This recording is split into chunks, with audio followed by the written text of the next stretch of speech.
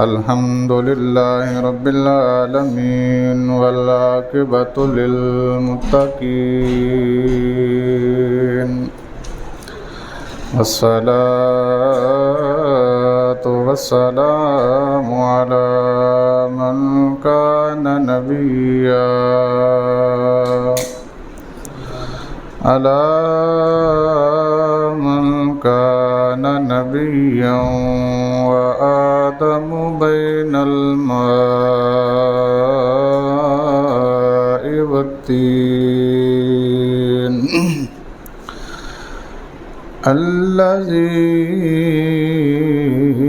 يحملون العرش ومن حوله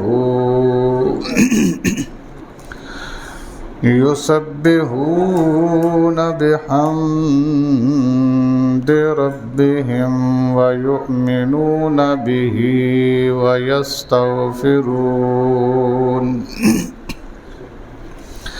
ويستغفرون للذين آمنوا ربنا وسعت كل شيء رحمة وعلما فاغفر للذين تابوا واتبعوا سبيلك وقهم عذاب الجحيم ربنا وأدخلهم جنات تجري من تحتها الأنهار جنات عدن التي وعدتهم ومن صلح من آبائهم وأزواجهم وذرياتهم إنك أنت العزيز الحكيم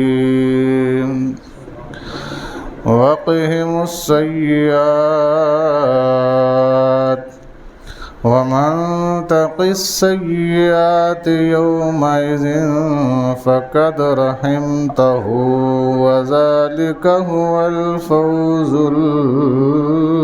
العظيم آمنت بالله صدق الله مولانا العظيم وصدق رسوله النبي الكريم الأمين إن الله وملائكته يصلون على النبي يا أيها الذين آمنوا صلوا عليه وسلموا تسليما الصلاة والسلام عليك يا سيدي يا رسول الله وعلى آلك وأصحابك يا سيدي يا حبيب الله الصلاة والسلام عليك يا سيدي يا رحمة للعالمين وعلى آلك وأصحابك يا سيدي يا خاتم النبيين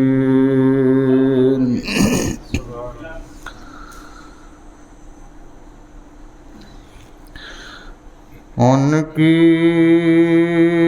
مہک نے دل کے غنچے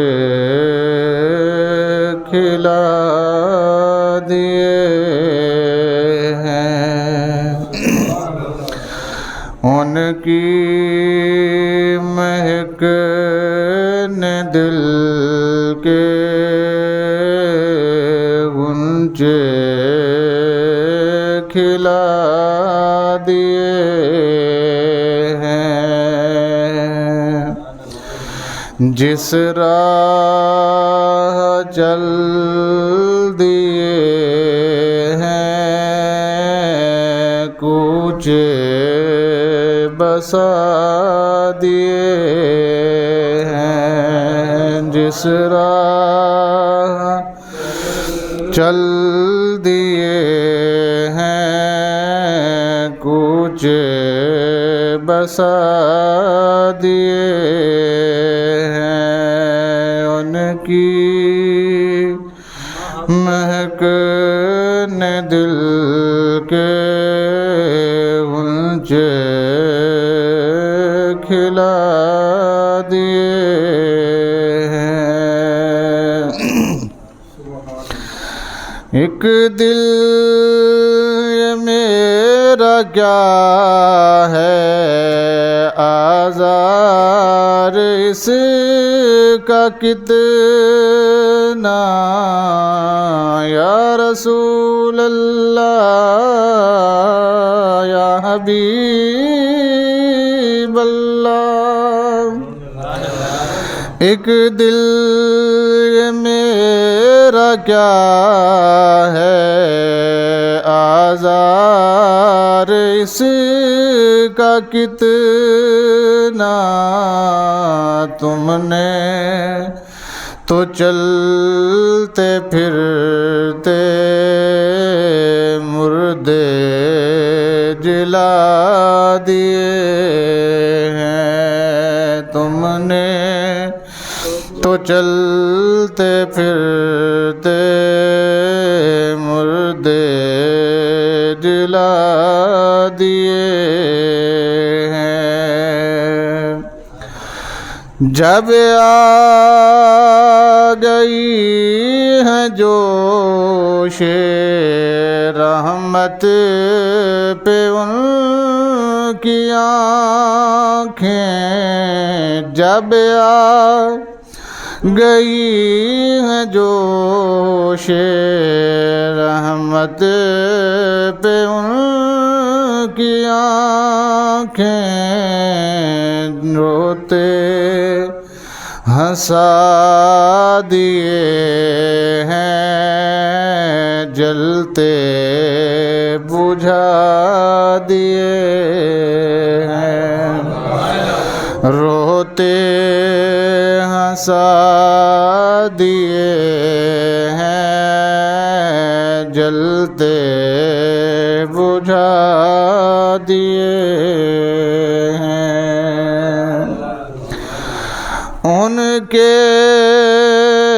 نثار کوئی کیسے ہی رنج میں ہو ان کے نبی کے قربان جاؤں اعلیٰ حضرت کہتے ہیں یا رسول اللہ توڑے تے قربان جائیے ان کے نثار کوئی کیسے ہی رنج میں ہو جب یاد آ گئے ہیں سب غم بھلا دیے ہیں جب یاد آ گئے ہیں سب غم بھلا دیے ہیں جب یاد آ گئے ہیں سب غم بھلا دیے ہیں میرے کریم سے گر قطرہ کسی نے مانگا میرے کریم سے گر قطرہ کسی نے مانگا دریا بہا دیے ہیں، دریا بہا دیے ہیں، در بے بہا دیے ہیں، دریا بہا دیے ہیں، در بے بہا دیے ہیں۔ آنے دو یا ڈبو دو اب تو تمہاری جانب، آنے دو یا ڈبو دو اب تو تمہاری جانب، کشتی تمہیں پہ چھوڑی، کشتی تمہیں پہ چھوڑی، لنگر اٹھا دیے ہیں، کشتی تمہیں پہ چھوڑی، لنگر اٹھا دیے ہیں، ان کی مہک نے دل کے غنچے کھلا دیے ہیں۔ رب کریم کی حمد و ثنا حضور نبی اکرم نور مجسم شفیع معظم صلی اللہ علیہ وسلم کے دربار رسالت مآب میں ہدیہ درود و سلام عرض کرنے کے بعد انتہائی معزز و محتشم حاضرین و سامعین، السلام علیکم ورحمۃ اللہ وبرکاتہ۔ الحمدللہ ثم الحمدللہ، ہم نے رمضان المبارک کو خوش آمدید بھی کہا، اللہ اور اس کے رسول کے حکم کے مطابق حتی الامکان اس کا ادب و احترام دن کے وقت کا اور رات کے وقت کا کرنے کی کوششیں کرتے رہے۔ آج جمعۃ الوداع ہے، آج جمعۃ الوداع ہے۔ ہو سکتا ہے اگلے سال جب رمضان آئے تو ہم نہ ہوں، ہو سکتا ہے جب اگلے سال رمضان المبارک آئے ہم نہ ہوں۔ رمضان بھی آئے گا، مسجد بھی یہیں ہوگی، کوئی نہ کوئی امام بھی ہوگا اور کوئی نہ کوئی نمازی بھی ہوگا۔ ہم ہوں گے یا نہیں ہوں گے یہ اللہ کو پتہ ہے۔ علماء کرام فرماتے ہیں کہ جب بندہ اللہ کے ہاں کھڑا ہو نا، اسے چاہیے کہ وہ یہ سمجھے یہ میری آخری دفعہ ہے، یہ میری آخری دفعہ ہے، ممکن ہے کہ مجھے دوبارہ موقع ملے یا نہ ملے، کوئی پتہ نہیں۔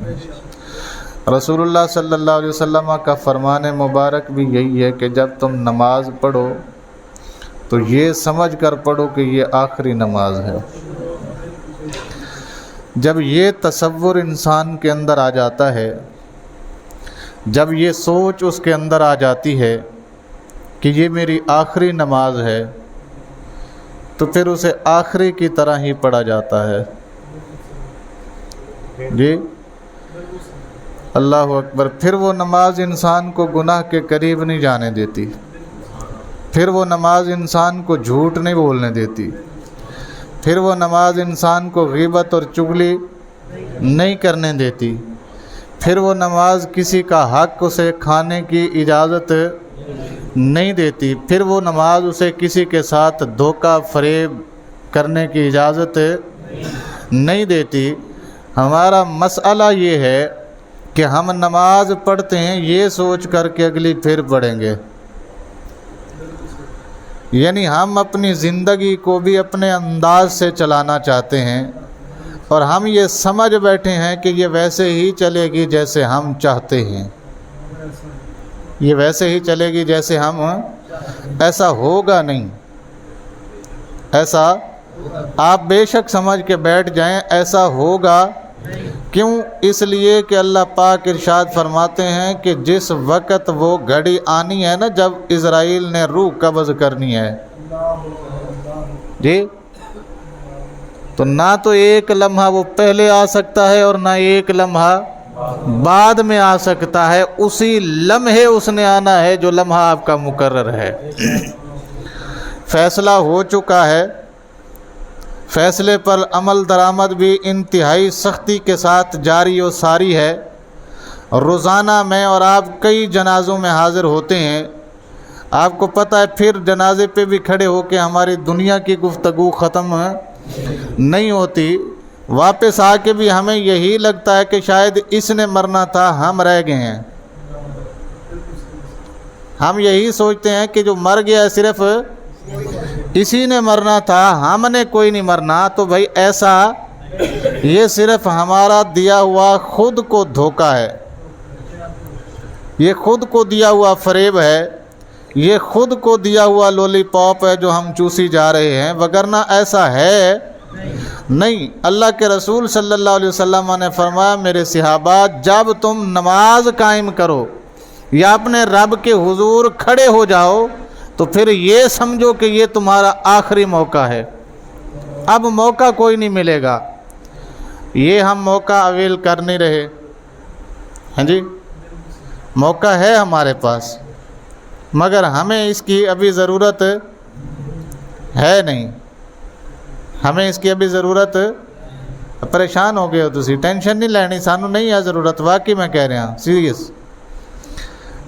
یہ سانو تو مراد یہ بھی نہیں کہ اسی جڑے مسجد وچ بیٹھے ہیں، سانو تو مراد ہے من حیث الامہ، جس وقت جو اب ہم بچ گئے ہیں نا، جو لوگ کسی کو بھی نہیں ہے، وہ جتنے بھی اسلامی ممالک ہیں سب کو، کسی کو بھی کوئی ٹینشن ہے، وہ سارے سمجھ رہے ہیں کہ ٹھیک ہے ہی جا رہے کھائی جا رہے ہیں، ساڈی حکومت ہے، ساڈے کول پیسہ ہے، ساڈے کول گڈیاں، ساڈے کول وسائل، سب یہی سمجھ رہے ہیں۔ کوئی یہ نہیں سمجھ رہا کہ ہم نے پلٹ کر اللہ کے پاس بھی، اللہ اکبر کبیرہ۔ یہ بات ہم سب کو سمجھنی چاہیے کہ یہ رمضان المبارک جو گزر گیا، اس پر ہم اللہ کا شکر ادا کرتے ہیں۔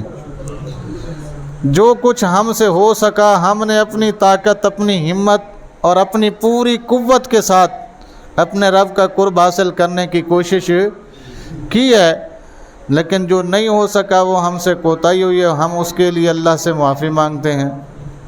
رمضان المبارک کی جو حق تھا وہ ہم ادا نہیں کر پائے، اگر کہیں کوئی کمی کوتاہی رہ گئی ہے تو اس کے لیے ہم اللہ سے کیا کرتے ہیں؟ معافی مانگتے ہیں، اور اللہ کے مہمان سے بھی معافی مانگتے ہیں۔ لیکن ابھی بھی اس کے کچھ دن باقی ہیں، ابھی بھی جو ہو چکا سو ہو چکا، جو ابھی باقی ہیں ان کے متعلق میں آپ سے ایک بات کرنا چاہتا ہوں۔ آپ نے کئی مرتبہ یہ سنا بھی ہوگا، پڑھا بھی ہوگا کہ اللہ کے رسول صلی اللہ علیہ وسلم ممبر پر چڑھے، پہلی سیڑھی پر پاؤں رکھا تو آپ نے کہا آمین، پھر دوسری سیڑھی پر پاؤں رکھا تو پھر فرمایا آمین، پھر تیسری سیڑھی پر چڑھے تو پھر فرمایا آمین۔ یہ بات رسول اللہ صلی اللہ علیہ وسلم کی زندگی میں اس سے پہلے کبھی نہیں ہوئی تھی۔ صحابہ حیران و متغیر ہو کے پوچھتے ہیں یا رسول اللہ صلی اللہ علیہ وسلم، کیا ایسا آپ کی سنت بن گیا ہے؟ کیا ایسا کرنا اللہ کا حکم آیا ہے کوئی کہ ہر ممبر پر چڑھنے والا ایسا کہے گا؟ فرمایا میرے صحابہ ایسی کوئی بات نہیں ہے، ایسی کوئی بات نہیں ہے جیسی تم سمجھ رہے ہو۔ تو یا رسول اللہ پھر یہ آمین آمین آمین کا ورد کیوں؟ فرمایا جب میں نے پہلی سیڑھی پہ قدم رکھا تو جبرائیل امین نے دعا کی اور میں نے اس پر آمین کہا، دعا کس نے کی؟ اچھا میں ایک بات اور بتاؤں، فرشتہ کوئی بھی کام نہیں کرتا اللہ کے حکم کے بغیر، فرشتہ کوئی بھی کام اللہ کے حکم کے بغیر نہیں کرتا، یہ انسان ہی ہے جو اللہ کے حکم کو یاد رکھتے ہوئے، سنتے ہوئے، سمجھتے ہوئے بھی اس پسے پشت ڈال کے اپنا کام کر جاتا ہے۔ فرشتہ کوئی بھی کام اللہ کے حکم کے بغیر نہیں کرتا۔ یہ جو جبرائیل دعا کر رہا تھا اسے کس نے کہا تھا کرنے کو؟ جی تو گویا اللہ خود دعا کروا رہا تھا جبرائیل سے، صحابہ کو تو سنائی دیا نہیں ہے چونکہ نبی کریم صلی اللہ علیہ وسلم، اللہ اکبر، اعلیٰ حضرت نے لکھا ہے سلام رضا میں، فرماتے ہیں ہم یہاں سے پڑھیں وہ مدینے سنیں، ہم یہاں سے پڑھیں وہ مدینے سنیں، مصطفیٰ کی سماعت پہ لاکھوں سلام ہیں جی۔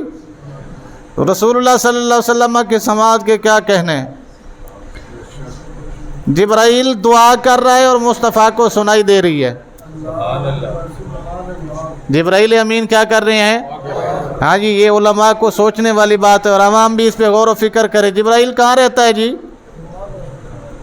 سدرۃ المنتہا پر، وہاں پہ ایک مسجد ہے جس کا نام ہے بیت المعمور، وہاں پہ وہ ہے امام اور خطیب، فرشتوں کو پڑھاتا ہے نمازیں اور جمعہ، وہاں پہ بیٹھ کے جبرائیل مانگتا ہے دعا، مصطفیٰ مدینے میں سماعت کر رہے ہیں۔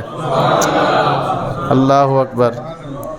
میں آگے تھوڑا سا آپ کو مزید وضاحت کرنا چاہتا ہوں، قرآن مقدس میں موجود ہے، آپ میں سے شاید کسی کو لگے کہ سدرۃ المنتہا یہ کھڑا ہے، نہیں، ایک زمین سے لے کر آسمان تک کا فاصلہ رسول اللہ صلی اللہ علیہ وسلم نے فرمایا 500 سال کی مسافت ہے، پھر پہلے آسمان سے دوسرے آسمان تک کا فاصلہ 500 سال، کتنے ہو گئے؟ گنتے رہیے گا، پھر دوسرے سے تیسرے تک 500 سال، کتنے ہوئے؟ 15، پھر تیسرے سے چوتھے تک 500 سال، پھر چوتھے سے پانچویں تک، پانچویں سے چھٹے تک، چھٹے سے ساتویں تک، ساتویں سے سدرۃ المنتہا تک، یہ 40,000 سال جی، یہ 4,000 سال، چلیں 4,000 سال کی مسافت پہ بیٹھا ہے جبرائیل، وہ کہتا ہے یا اللہ یہ میری دعا ہے اسے قبول کر، فرشتے تو آمین کہہ ہی رہے تھے، مصطفیٰ کریم بھی کہہ رہے تھے جی۔ اس کا مطلب ہے یہ جو سماعت کی بصارت ہے نا، یہ جو ہم دیکھتے ہیں سنتے ہیں، اس کے اندر جو نقص اور عیب ہے یہ ہمارے اندر ہے، ہم صرف ایک حد تک سن سکتے ہیں، ایک حد تک دیکھ سکتے ہیں، یہ نبی کے لیے قید نہیں ہوتی، نبی جہاں تک چاہے دیکھ بھی سکتا ہے، سن بھی سکتا ہے، نبی جہاں تک چاہے دیکھ بھی سکتا ہے اور سن بھی سکتا ہے، نبی کے لیے یہ قیدیں ہوتی نہیں ہیں، اگر یہ قید ہو جائے تو یہ عیب ہے، اگر یہ قید ہو جائے کہ آپ نے فلاں حد تک سننا ہے، فلاں حد تک آپ دیکھ سکتے ہیں، تو یہ کیا ہے؟ عیب ہے۔ اور اعلیٰ حضرت فرماتے ہیں تیرے تو وصف عیب تناہی سے ہیں بری، تیرے تو وصف عیب تناہی سے ہیں بری، یا رسول اللہ، اللہ نے آپ کو وہ شان عطا فرمائی ہیں جو گننے کے عیب سے بھی پاک ہیں، یعنی گنتی میں بھی نہیں آ سکتی۔ حیران ہوں میرے شاہ میں کیا کیا کہوں تجھے، لیکن رضا نے ختم سخن اس پہ کر دیا، خالق کا بندہ اور خلق کا آقا کہوں تجھے۔ جبرائیل دعا مانگ رہے سدرۃ المنتہا سے اور مصطفیٰ کریم علیہ الصلوۃ والسلام فرما رہے ہیں آمین، پھر وہ دعا کرتا ہے تیسرے جملے میں، دوسرے میں رسول اللہ صلی اللہ علیہ وسلم فرماتے ہیں آمین، پھر تیسرا جملہ ارشاد فرماتا ہے جبرائیل، پھر رسول اللہ فرماتے ہیں آمین۔ صحابہ نے پوچھا یا رسول اللہ وہ دعا تو بتلائیے، وہ دعا تو بتلائیے، ہم تو سن نہیں سکتے، سن تو سکتے ہیں آپ، جو کچھ وہ مانگ رہا ہے ہم جاننے کا حق رکھتے ہیں تو بتا دیجئے وہ کیا مانگ رہا ہے۔ کریم آقا صلی اللہ علیہ وسلم نے فرمایا جب میں نے پہلی سیڑھی پہ قدم رکھا تو جبرائیل امین نے دعا کی، یا اللہ جو تیرے مصطفیٰ کا نام سنے، جس کے سامنے تیرے حبیب کا نام آ جائے صلی اللہ علیہ وسلم اور وہ ان پر درود و سلام نہ پڑھے، وہ ان پر درود و سلام نہ پڑھے، ذلیل و رسوا ہو جائے وہ شخص، کیا ہو جائے؟ ذلیل و رسوا ہو جائے وہ شخص جس کے سامنے مصطفیٰ کا نام آ جائے صلی اللہ علیہ وسلم اور وہ درود و سلام نہ پڑھے۔ آمین کہا میں نے، جبرائیل دعا مانگ رہا ہے، مصطفیٰ آمین کہہ رہا ہے صلی اللہ علیہ وسلم ہے۔ تو نبی کریم صلی اللہ علیہ وسلم کا نام جب بھی کسی کے سامنے آئے تو اسے کیا چاہیے؟ چھوڑ دیں، وہ اپنے کام کر رہے ہیں، آپ میں خواہ مخواہ لگے ہوئے، کون سی انجینئرنگ ہو رہی ہے وہاں پہ؟ جی میری طرف توجہ کریں، کیا کر رہا تھا میں؟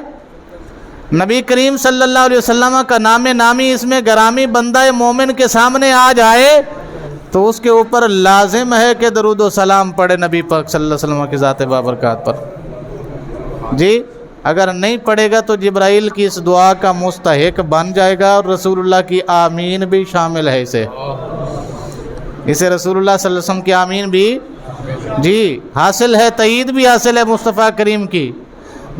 رسول اللہ صلی اللہ علیہ وسلم نے فرمایا جب میں نے دوسری سیڑھی پہ قدم رکھا تو جبرائیل نے دعا مانگی، یا اللہ جس کے ماں باپ دونوں زندہ ہوں یا دونوں میں سے کوئی ایک زندہ ہو اور اس کی اولاد جنت میں نہ جا سکے، ماں باپ بھی ہوں اور بندہ جنت میں نہ جا سکے، فرمایا ذلیل و رسوا ہو جائے ایسا شخص بھی۔ رسول اللہ صلی اللہ علیہ وسلم فرماتے ہیں آمین۔ جس کے ماں باپ اس کے پاس ہیں اس کے باوجود بھی وہ جنت حاصل کرنے میں ناکام رہا تو ایسا شخص ذلیل و رسوا ہو جائے۔ اللہ کے محبوب فرماتے ہیں میں نے کہا آمین۔ تیسری سیڑھی پہ میں نے قدم رکھا تو جبرائیل نے تیسرا جملہ دعا کا دہرایا، یا اللہ ہلاک ہو جائے، تباہ و برباد ہو جائے وہ شخص جس کی زندگی میں رمضان آیا اور وہ اپنی بخشش نہ کروا سکا، جس کی زندگی میں رمضان بھی آ گیا اور وہ اپنی بخشش بھی نہ کروا سکا تو ہلاک ہو جائے وہ شخص۔ میں حیران تھا، پریشان تھا، بھئی کیوں دعا کیوں کی جبرائیل نے؟ چلیں جبرائیل نے کر دی تھی تو مصطفیٰ کریم نے کیوں آمین فرمائی؟ حضرات محترم دیکھیے رسول اللہ صلی اللہ علیہ وسلم نے فرمایا جیسے ہی رمضان کا چاند نظر آتا ہے اللہ جنت کے سارے دروازے کھول دیتا ہے۔ کیا فرماتا ہے؟ جنت کے سارے دروازے کھول دیتا ہے اور جہنم کے سارے دروازے بند کر دیتا ہے، شیطانوں کو جکڑ دیا جاتا ہے۔ جی اب راستے میں ہرڈل اور رکاوٹ ہے کوئی نہیں، جنت کے دروازے کھلے ہوئے ہیں، کھلانے کی ضرورت ہے کوئی نہیں۔ ہن بندہ اندر بھی نہ جا سکے تے وہ دے تو بڑا بدبخت کیڑا ہو سکتا بھائی؟ شیطان تو وہی ہے جو قید ہو گیا۔ جی راستے میں جتنی بھی رکاوٹیں تھیں اس کے ساری کیا ہو گئیں؟ ختم ہو گئیں۔ ایک مسئلہ تھا کہ جنت کا دروازہ بند ہو تو کھلانا بڑا کام ہے، وہ کھلتا نہیں ہے جب تک اللہ کا حکم نہ آئے۔ اللہ فرماتا ہے پہلے رمضان کا چاند نظر آیا ہم نے سارے کھول دیے، آ جاؤ بھائی جس نے آنا ہے آ جاؤ۔ جی سارا سال تم ہمارے محتاج تھے، ہماری مرضی تھی کہ ہم چاہیں تو کھولیں چاہیں تو نہ کھولیں، پر آ گیا ہے میرے مصطفیٰ کریم کی امت کا زمانہ۔ وہ مہینہ آیا ہے جسے رسول اللہ صلی اللہ علیہ وسلم نے فرمایا وَشَهْرُ رَمَضَانَ مِنْ أُمَّتِي، فرمایا رمضان میری امت کا مہینہ ہے۔ اب وہ آ گیا ہے تو جنت کا ہر دروازہ کھلا ہے، جس سے مرضی چاہے حاصل ہو جاؤ، کہیں پریشانی نہیں ہوگی۔ اگر بندہ اب بھی نہ جا سکے جی پھر اللہ ہی وارث ہے۔ تو ساڈا تے حال ہے وے کہ رمضان مبارک تو پہلے چینی 110 روپے کلو لیندے ساں، جو ہی 2-3 روزے اسی گزارے نے چینی 140 روپے کلو لے رہے ہیں۔ جی جنہاں دیاں شوگر ملاں نے انہاں کول پوچھو یا جڑے ڈیلر نے سب تو وڈے انہاں دا نام جدوں تسی پوچھو گے تے حاجی کی نام ہے گا یہ حاجی فلاں صاحب، حاجی فلاں صاحب، یہ حاجی فلاں صاحب کی مل ہے جناب، یہ حاجی فلاں صاحب ڈیلر ہیں جناب فلاں شوگر مل کے۔ کمال ہو گیا حاجیو، حاجیو کمال ہو گیا ہے، تم نے اپنے لفظ حاجی کی بھی لاج نہیں رکھی۔ اللہ اکبر کبیرہ والحمد۔ بہرحال میں کیا کسی کا گلہ کروں، آپ کو پتہ ہے ہمارے ساتھ جو ہو رہا ہے۔ ہم من حیث القوم جو ہے نا وہ ذلت کے اس گڑھے میں چلے گئے ہوئے ہیں جہاں سے واپس نکلنا ہمارے بس میں نہیں رہا۔ اب بحیثیت قوم ہم ایسی اخلاقیات کی پست ترین جو درجہ ہوتا ہے نا، ہم وہاں پہ پہنچ چکے ہیں۔ اور وہ ہندو تھا نا، وہ کون تھا جو پشاور میں قتل کیا گیا، دکاندار سکھ تھا نا، ہاں جی، اس نے کہا جناب میری دکان میں جتنی آئٹم ہیں ساری قیمت رعایتی نرخوں پر بیچوں گا میں۔ کتنا عرصہ جی؟ پورا رمضان۔ کہتا ہے مجھے ہوتا ہے نقصان تو ہو جائے۔ میں نے کہا تیرے سکھ ہونے کو سلام ہے، اور کم از کم تو غیر مسلم ہے، تجھے اتنا تو پتہ ہے کہ رمضان کی برکت سے چیزیں لوگوں کو سستی دینی ہیں۔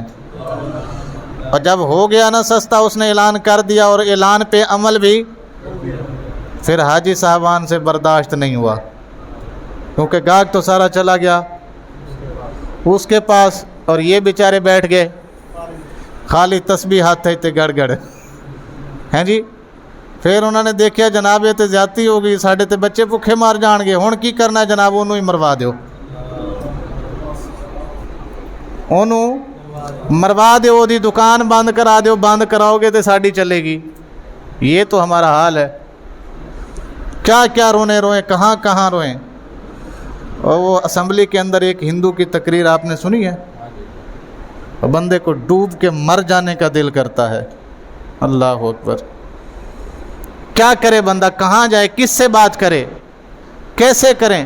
میں کل پتہ نہیں ایک دوست کو بتا رہا تھا، ہماری جو اس وقت حالت ہو چکی ہے، ہم صرف وقتی طور پہ وہ نصیحت حاصل کر رہے ہوتے ہیں۔ یعنی ابھی آپ بیٹھے ہیں نا میرے سامنے، ابھی آپ کے دل میں آتا ہوگا یار یہ کام میں نے کرنا ہے، آتا ہے نا؟ میرے بھی آتا ہے۔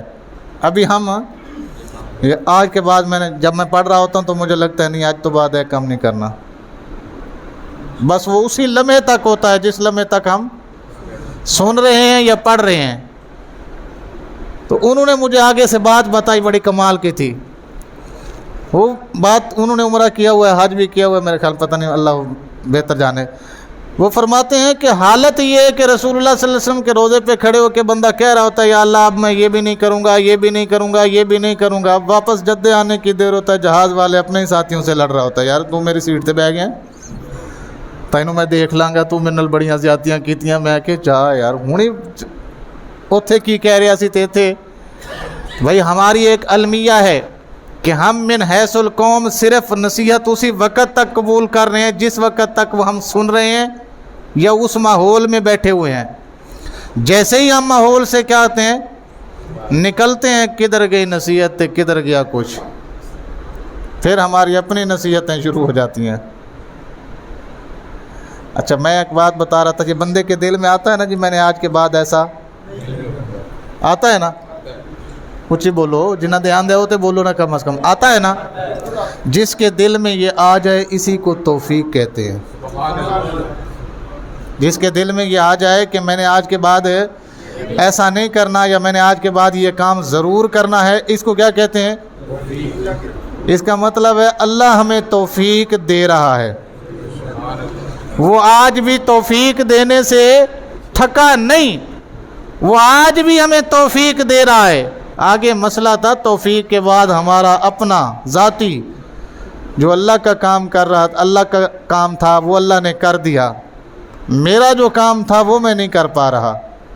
یہ سمجھیں بات کو، جب آپ توفیق کی ڈیفینیشن پڑھیں گے، علماء سے پوچھیں گے تو آپ کو پتہ چلے گا کہ بندے کے دل میں نیکی کرنے کا خیال آ جانا توفیق، بندے کے دل میں برائی سے بچ جانے کا خیال آ جانا توفیق، بندے کے دل میں کوئی بھی بھلائی اچھائی کا کام کرنے کا خیال آ جانا یہ توفیق۔ اب آگے کرنا ہے یا نہیں کرنا، کیسے کرنا ہے، کب کرنا ہے، کہاں کرنا ہے، یہ اس بندے کا عمل ہے۔ اللہ نے اسے توفیق دے دی، اذان سننے کے بعد خیال آ جائے یار نماز پڑھ لئیے، اس کا مطلب ہے اللہ نے توفیق دے دی ہے، اللہ نے توفیق۔ آگے میرا کام ہے، میں اٹھوں گا وہاں سے وضو کروں گا، آگے چلوں گا، تو میں اس توفیق پر پورا اترا، میں اس توفیق پر بھی پورا اتر گیا۔ اچھا جی نہیں اترا تو پھر اس میں میری غلطی ہے، میرے رب کا تو کوئی قصور نہیں ہے جی، یہ میری غلطی ہے نا کہ میں اس عمل کو سر انجام نہیں دے سکا۔ بہرحال رسول اللہ صلی اللہ علیہ وسلم نے فرمایا ہلاک ہو جائے وہ شخص جس کی زندگی میں رمضان بھی آ جائے اور اس کی بخشش بھی ادھوری رہ جائے، اس کی بخشش بھی نامکمل رہ جائے۔ رمضان بھی آ گیا، آج غالباً 24واں روزہ ہے جی، 23واں روزہ ہے۔ یہ 23 روزے بھی گزر گئے، باقی پیچھے 6 بچے ہیں یا 7 بچے ہیں۔ ابھی بھی وقت ہے، ابھی بھی وقت ہے۔ میرے کریم آقا صلی اللہ علیہ وسلم نے فرمایا کوئی بھی ہو، کہیں بھی رہتا ہو، جتنے مرضی گناہ ہوں، چاہے سمندر کے قطرات کے برابر ہوں یا دنیا میں جتنی ریت ہے ریت کے ذرات کے برابر ہوں، یا جتنے پہاڑ ہیں ہر پہاڑ کے ذرات کے برابر بھی تمہارے گناہ ہوں، فرمایا میرے رب کے در پہ شرمندہ ہو کر آ جانا تمہارا کام ہے، سارے گناہ معاف کرنا میرے رب کا کام ہے، صرف توبہ کرنا تیرا کام ہے۔ کیا کام ہے؟ میرا کام کیا ہے کہ میں کیا کر لوں؟ توبہ کر لوں، یہ میرا کام ہے۔ اللہ فرماتا ہے جب تو میرے دروازے پہ آ جاتا ہے نا تو پھر میں تیری توبہ صرف قبول نہیں کرتا بلکہ اولئک یبدل اللہ سیئاتہم حسنات، فرمایا میں تو اس بات پر بھی قادر ہوں، اگر تیرے پہلے گناہ لکھے ہوئے تھے تو اب میں نے ساروں کو نیکیاں بنا کے رکھ دیا ہوا ہے۔ ابھی بھی ہمارے پاس وقت، تو یہ مسجد کے معاملات کافی خراب ہیں۔ 1 منٹ اتنے رک جا کا 2 منٹ بنو گال کر لین دے۔ مسجد کے معاملات انتہائی، آپ کو پتہ ہے پورے ملک کے حالات ویسے خراب ہیں، آپ سے بہتر تو شاید کوئی نہیں جانتا، جو دکاندار حضرات بیٹھے ہیں یا نوکری پیشہ افراد بیٹھے ہیں انہیں پتہ ہے اس بات کا کہ حالات کتنے مشکل ہیں۔ اور مسجد کے معاملات اس وجہ سے پریشان کن ہیں کہ رمضان المبارک میں آپ کو پتہ ہے اس میں اخراجات بڑھ جاتے ہیں، مسجد کے خاص طور پہ کیا ہوتا ہے، اس میں افطار ہو گیا، سحر ہو گیا، ٹھیک ہو گیا، اس کے اخراجات آگے، پھر آگے تکمیل قرآن پاک کا سلسلہ ہوتا ہے، اس میں علماء کی خدمت ہو گئی، حفاظ کی خدمت ہو گئی، اس معاملے میں اخراجات بڑھ جاتے ہیں۔ پھر آگے 27 رمضان مبارک آ گئی، اس کے اندر بھی آپ کو پتہ ہے بہت سارے اخراجات ہو جاتے ہیں۔ اب اس وقت موجودہ صورتحال جو ہے وہ مسجد کی میں آپ کو بتا رہا ہوں، یہ ہے کہ اس وقت بھی مسجد تقریباً مقروض ہے 20-30 ہزار کی۔ جی ہم بھی ہوں، مسجد بھی مقروض رہے، ہم بھی ہوں اور مسجد بھی مقروض رہے، تو یہ بات ہمارے لیے شاید سوچنے کا باعث ہے۔ تو میں آج آپ سے ریکویسٹ کر رہا ہوں، گزارش کر رہا ہوں کہ زیادہ نہیں تو کم از کم یہ جو قرضہ ہے اس کا آج ختم کر کے جانا ہے۔ جی میں نہیں کہتا جناب اس کا بیلنس بنا کے جاؤ، اس کو جناب لاکھ پتی ارب خراب اس کے اکاؤنٹ میں ڈال دو، نہیں، میں آج یہ ریکویسٹ ضرور کر رہا ہوں کہ اس کا قرضہ، یہ آج کے چندے کے بعد اس کے اوپر قرضہ نہیں ہونا چاہیے، بس اتنی سی بات میں نے آپ سے کرنی تھی، باقی آپ خود سمجھدار ہیں۔ جی جزاکم اللہ خیرہ۔ اللہ اکبر۔ میرا رب میرے اوپر کتنا کرم کرتا ہے جی۔ میں عرض کر رہا تھا کہ توبہ کرنا صرف میرا کام ہے اور توبہ قبول کرنا میرے رب کا کام ہے۔ توبہ کرنا میرا کام۔ رسول کریم صلی اللہ علیہ وسلم سے پوچھا گیا، یا رسول اللہ صلی اللہ علیہ وسلم ایسا بھی ہو سکتا ہے کہ بندہ توبہ بھی کرے اور قبول نہ ہو؟ کیا بندہ توبہ کرے اور اس کی توبہ قبول نہ ہو؟ کریم آقا صلی اللہ علیہ وسلم نے فرمایا اس کی اپنی طرف سے توبہ میں کوئی کمی رہ جائے تو رہ جائے، ورنہ اللہ ہر توبہ قبول فرماتا ہے۔ میری طرف سے کوئی کمی رہ جائے تو میں کچھ کہہ نہیں سکتا، میرے رب کی طرف سے کوئی کمی نہیں ہے، اس کا دروازہ صبح بھی کھلا ہے، شام بھی کھلا ہے، دوپہر بھی کھلا ہے، رات بھی کھلا ہے۔ وہ تو کہتا ہے آؤ جناب، بھاگ کے آؤ بخشش کی طرف، بھاگ کے آؤ مغفرت کی طرف، بھاگ کے آؤ توبہ کی طرف۔ اب میں ہی ضدی بن کے بیٹھا ہوا ہوں، ڈھیٹ بن کے بیٹھا ہوا ہوں، تو میں بدبختی ہے میری، یہ اللہ مجھے ہدایت دے۔ بہرحال میں آگے چلتا ہوں. میرا رب کتنا کریم ہے, میرا رب کتنا کریم ہے, کتنا کریم ہے, یہ میں آپ کو ابھی بتانے لگا ہوں. جو آیت کریمہ میں آپ کے سامنے پڑھ بیٹھا ہوں, الذین یحملون العرش, اللہ ارشاد فرماتا ہے کچھ فرشتے اللہ کے ایسے بھی ہیں جو عرش کو اٹھائے ہوئے ہیں. کچھ فرشتے اللہ کے ایسے بھی ہیں جو, یہ آپ نے بولنا ہے آگے. آپ دیکھیے کہ ہمارے رب نے ہمارے ساتھ کتنی مہربانیاں کی ہیں. اللہ نے ہمارے فرشتے ایسے بھی ہیں اللہ کے جو اللہ کے عرش کو اٹھائے ہوئے ہیں. ومن حولہ, اور کچھ ایسے ہیں جنہوں نے اٹھایا تو نہیں ہوا, وہ اس کے ارد گرد رہتے ہیں. کس کے ارد گرد رہتے ہیں؟ عرش کے ارد گرد رہتے ہیں. یسبحون بحمد ربہم, وہ اپنے رب کی حمد بھی کرتے ہیں اور اس کی تسبیح بھی بیان کرتے ہیں. آگے چلیے. وَيُؤْمِنُونَ بِهِ وَيَسْتَغْفِرُونَ, وہ مومنوں کے لیے یستغفرون, بخشش کی دعا بھی کرتے ہیں. وہ جو فرشتے ہیں جو عرش کے قریب رہتے ہیں یا عرش کو تھامے ہوئے ہیں, ان کا کام کیا ہے؟ اللہ کی حمد و ثنا بھی بیان کرتے ہیں اور ایمان والوں کے لیے بخشش و مغفرت کی دعا بھی کرتے ہیں. ٹھیک ہو گیا جی. اللہ اکبر.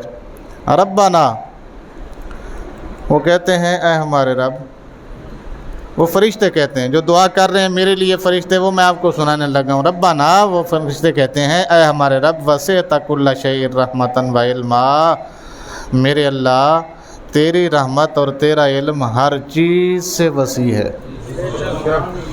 تیری رحمت اور تیرا علم ہر چیز سے وسیع ہے. اچھا جی, پھر کیا کروں؟ فاغفر للذین تابوا, ان کی بخشش کر دے جو تیرے سے توبہ کر رہے ہیں. ان کی بخشش کر دے جو تیرے سے توبہ کر رہے ہیں. واتبعوا سبیلک, ان کی بھی توبہ قبول فرما دے جو تیرے راستے پر چل پڑے ہیں. ان کی بھی بخشش کر دے جو تیرے راستے پر, کتنے ہو گئے؟ نمبر 1, جو توبہ کر رہے ہیں ان کی بھی بخشش کر دے, جو تیرے راستے کی طرف ابھی چل پڑا ہے, پہنچا نہیں. یہی تو مسئلہ ہے, میں سمجھانا چاہ رہا ہوں. ابھی کیا کر پڑا ہے؟ وہ چل پڑا ہے تیرے راستے کی طرف, اس کی بھی کیا کر دے؟ بخشش فرما دے. وقہم عذاب الجحیم, انہیں آگ کے عذاب سے محفوظ فرما دے, انہیں آگ کے عذاب سے. ربنا, اے ہمارے رب, وَأَدْخِلْهُمْ جَنَّاتِ عَدْنٍ الَّتِي وَعَدتَّهُمْ, جو توبہ کر رہے ہیں اور جو تیری طرف چل پڑے ہیں, ان سب کو جنت میں داخل فرما دے نا. ان سب کو جنت میں داخل فرما دے. وَعَدتَّهُمْ, اور اس کا تو نے وعدہ بھی تو کیا ہے نا, اس کا تو نے وعدہ بھی کیا ہے. اللہ اکبر. وَمَنْ صَلَحَ مِنْ آبَائِهِمْ, جس بندے نے اپنی اصلاح کر لی یا اس نے اصلاح کر لی, من آبائہم, اسے بھی جنت عطا فرما. من آبائہم, اس کے ماں باپ کو بھی جنت عطا فرما. وازواجہم, اس کے بیوی بچوں کو بھی جنت عطا فرما. وذریاتہم, اس کی اولاد کو بھی جنت عطا فرما. جب بیوی بچے آ گئے تو پھر بھی اولاد نہیں آئی, آ گئے نا. اچھا, ایک مسئلہ ہے یہاں پر. بیوی بچے سے مراد یہ ہے کہ میری بیوی اور میری جو بچے ہیں وہ, یہ جو آگے ذریات کا لفظ آتا ہے اس کا مطلب ہوتا ہے میرے بچوں کی بچے.